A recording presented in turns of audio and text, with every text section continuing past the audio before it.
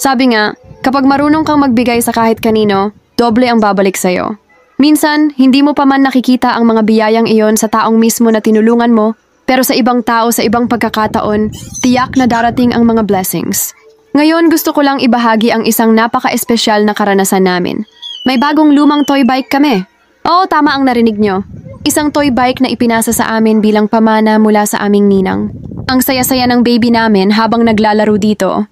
Kitang-kita ang mga ngiti sa kanyang mukha at sa mga simpleng bagay na ito, ramdam na ramdam ang ligaya. Kaya naman sa lahat ng mga nanonood, huwag kayong madamot. Ang pagbibigay, kahit sa maliliit na bagay, ay nagdadala ng malaking kasiyahan at mga biyayang hindi mo inaasahan. Ang mga blessings ay may paraan ng pagbalik sa atin, kaya't patuloy lang tayong magbigay at mag-share ng pagmamahal. Happy Heartsgiving sa lahat! Patuloy tayong magbigay at magpasaya sa isa't isa. Hindi pag-gumit.